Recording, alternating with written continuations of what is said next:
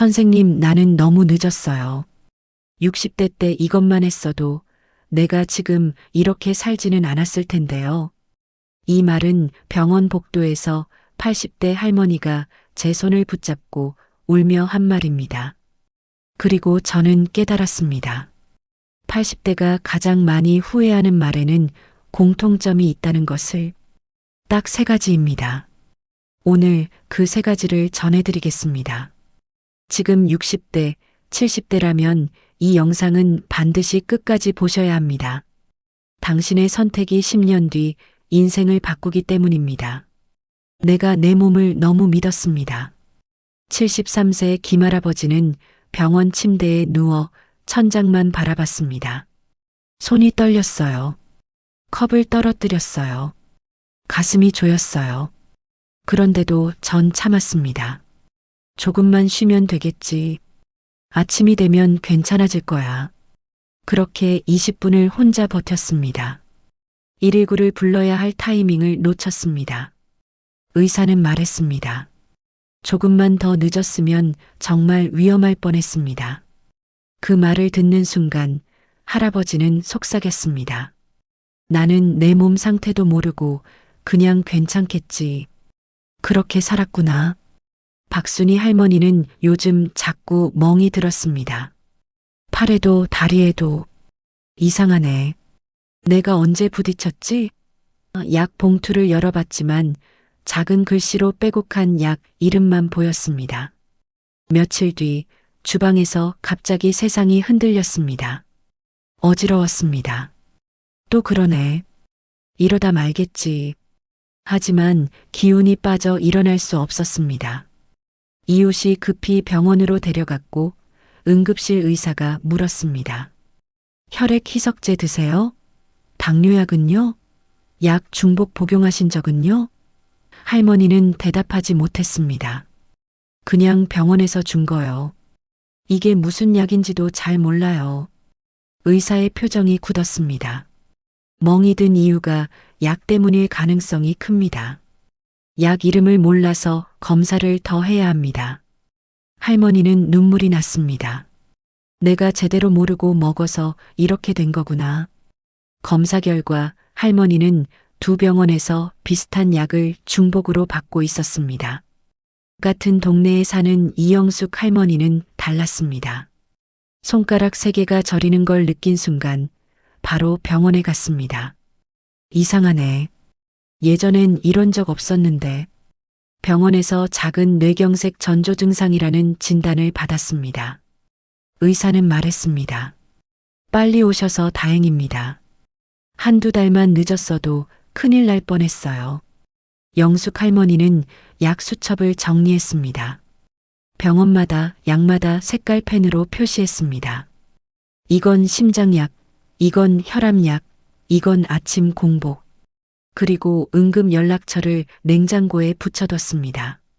지금 그분은 건강하게 텃밭을 가꾸며 지냅니다. 차이가 뭐였을까요? 단 하나입니다. 괜찮겠지라고 넘기느냐, 이상한데? 라고 움직이느냐. 김할아버지는 병원 침대에서 매일 밤 울었습니다. 왜 그때 바로 전화를 안 했을까? 왜 나 혼자 버텼을까? 박순희 할머니는 지금도 약 봉투를 볼 때마다 가슴이 철렁합니다. 내가 나를 너무 믿었어. 그게 독이 됐어.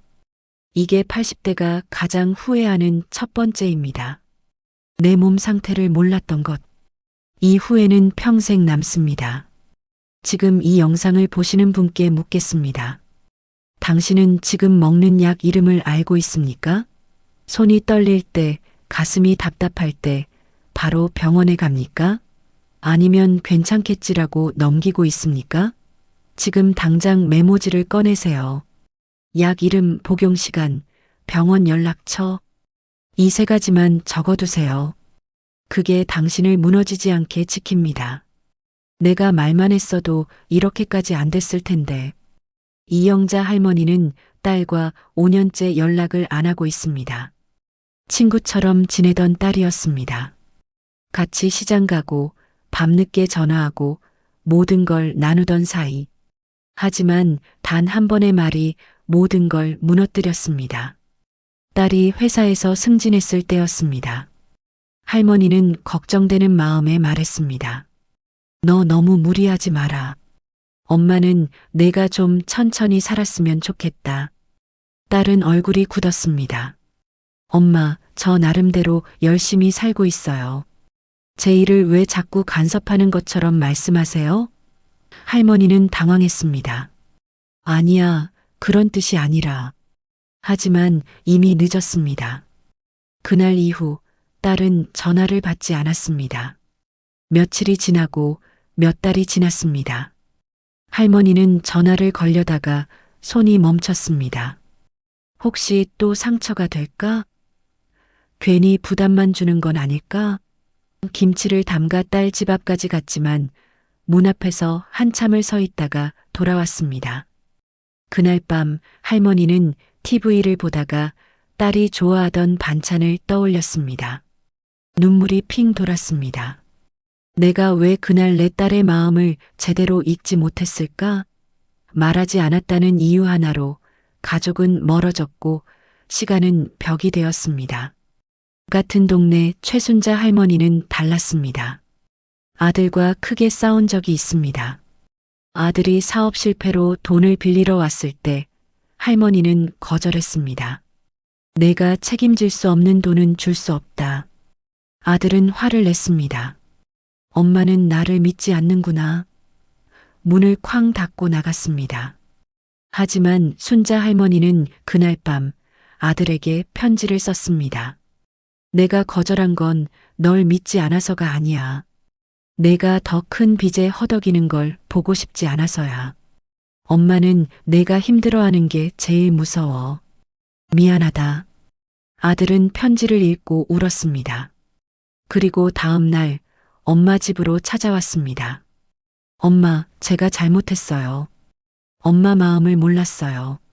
지금 그들은 매주 저녁을 함께 먹습니다. 차이가 뭡니까? 말했느냐 안 했느냐? 이영자 할머니는 지금도 후회합니다. 그때 내가 딸한테 한 번만 더 전화했어도, 그때 내가 엄마가 걱정돼서 그랬어라고 한마디만 더 했어도 지금 이렇게 안 살았을 텐데. 말하지 않으면 관계는 죽습니다. 시간이 지나도 아무것도 풀리지 않습니다. 할머니는 시장에서 우연히 딸의 친구를 만났습니다. 어머니, 따님 요즘 많이 힘들어해요. 엄마한테 너무 미안하다고 그렇게 얘기하던데요. 할머니는 그 자리에서 가만히 멈춰섰습니다. 가슴이 철렁 내려앉았습니다.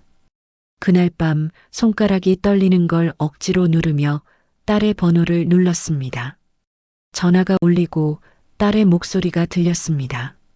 엄마, 미안하다. 내가 내 마음을 몰랐구나. 딸은 오랫동안 아무 말도 못했습니다. 숨 넘어가는 소리만 들렸습니다.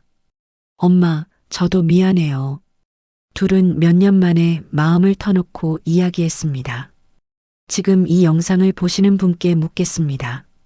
당신 곁에 연락 못하고 있는 사람이 있습니까? 오해가 있지만 먼저 말 걸기 무서운 사람이 있습니까? 이건 돌아갈 수 없는 순간입니다. 그 사람에게 오늘 연락하세요. 미안해, 보고 싶어, 사랑해. 단 3글자면 됩니다. 내일은 그 사람이 이 세상에 없을 수도 있습니다. 나는 죽는 날까지 일할 줄 알았어요. 정태식 할아버지는 평생을 가족을 위해 살아왔습니다. 땀으로 번 돈을 자식들에게 좋은 미래로 돌려주고 싶어 한 번도 허투루 쓰지 않았습니다. 하지만 단 한 번도 자신의 마지막에 대해 이야기해 본 적이 없었습니다. 아직 멀었지. 괜히 별소리 다 한다고 할 거야. 그게 할아버지의 습관이었습니다.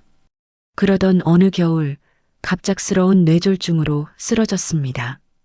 의식을 잃은 채 응급실에 누워있는 동안 두 아들이 병실 밖에서 서로를 향해 목소리를 높이고 있었습니다. 아버지가 집은 나한테 준다고 했잖아. 무슨 소리야? 반반 나누라고 분명히 말하셨는데. 말은 점점 거칠어졌고 눈빛은 차가워졌습니다. 아버지를 잃는 공포보다 서로를 향한 억울함이 더 앞섰습니다.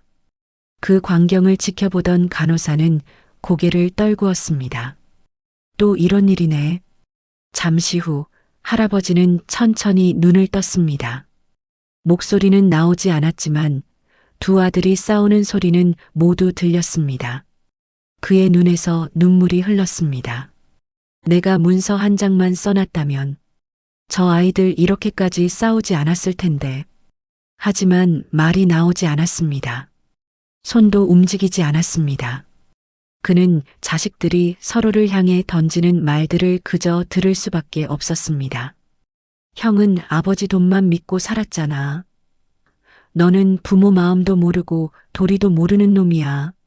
그날 밤 할아버지는 생전 처음으로 후회라는 것을 가슴 깊이 느꼈습니다.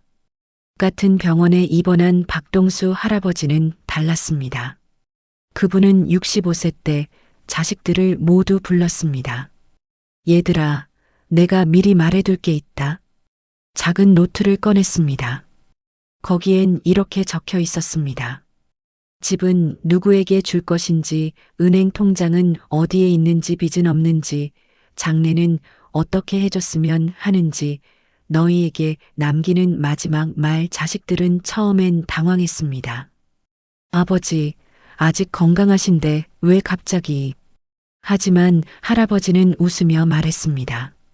지금 말해두는 게 너희한테도 편하고 나도 편하다. 그 할아버지가 뇌경색으로 쓰러졌을 때 자식들은 싸우지 않았습니다. 대신 서로 손을 잡고 아버지의 노트를 꺼내 읽었습니다. 아버지가 이미 다 정리해 두셨네. 우리가 싸울 이유가 없구나. 그 노트 한 권이 가족을 지켰습니다. 차이가 뭡니까? 미리 말했느냐 안 했느냐. 정태식 할아버지는 지금도 병원 침대에서 후회합니다. 내가 그때 노트 한 권만 써놨어도, 내가 그때 자식들 불러서 한마디만 했어도 지금 내 자식들이 서로 미워하지 않았을 텐데. 준비하지 않은 노후는 결국 가족까지 무너뜨립니다. 며칠 뒤 조금씩 회복된 할아버지는 자식들을 불렀습니다. 말은 더듬거렸지만 눈빛은 단단했습니다. 얘들아, 내가 미안하다. 내가 너희한테 말을 미리 해놨어야 했는데. 아들들은 아무 말도 하지 못했습니다. 아버지의 떨리는 손을 보며 고개를 숙였습니다. 그날 저녁 할아버지는 작은 노트를 꺼냈습니다. 손 떨리는 글씨로 천천히 적어 내려갔습니다. 글씨는 삐뚤했고 종이엔 잉크 자국이 번졌지만 그 안에는 할아버지의 평생의 마음이 고스란히 담겨 있었습니다. 이제야 내가 아버지로서 해야 할 일을 했구나. 지금 이 영상을 보시는 분께 묻겠습니다. 당신은 재산 정리를 해두셨습니까? 당신은 자식들에게 유언을 남겨두셨습니까? 당신은 장례 방법을 미리 말해두셨습니까? 이것이 갈림길입니다. 아니라면 지금 당장 노트를 펴세요. 그리고 적으세요. 내가 죽으면 이렇게 해달라. 그게 당신이 사랑하는 사람들을 지옥에서 구하는 유일한 방법입니다. 오늘 저는 3가지 후회를 전했습니다. 내 몸 상태를 몰랐던 것, 사랑하는 사람에게 말하지 않았던 것, 미래를 준비하지 않았던 것. 3가지는 80대가 병원 침대에서 가장 많이 하는 말입니다. 그리고 60대, 70대가 지금 당장 바꿔야 하는 것들입니다. 지금 당신 앞에 2개의 길이 있습니다. 첫 번째 길, 괜찮겠지라고 넘기며 사는 길. 몸이 이상해도 참고 가족에게 말하지 않고 준비하지 않는 길. 그 길 끝에는 후회가 있습니다. 병원 침대에서 울며 말하는 당신이 있습니다. 그때 그랬어야 했는데. 두 번째 길, 지금 당장 움직이는 길. 약 이름을 적고 가족에게 전화하고 노트에 유언을 쓰는 길. 그 길 끝에는 평온이 있습니다. 당신이 사랑하는 사람들이 웃으며 당신을 기억하는 미래가 있습니다. 당신은 어떤 길을 선택하시겠습니까? 지금 이 순간 선택하세요. 지금이 마지막 기회입니다. 오늘 이야기가 당신 가슴에 와닿았다면 지금 바로 구독 버튼을 눌러주세요. 그리고 댓글에 한 줄만 남겨주세요. 오늘부터 나는 이것을 바꾸겠습니다. 그 한 문장이 당신의 10년 뒤를 바꿉니다.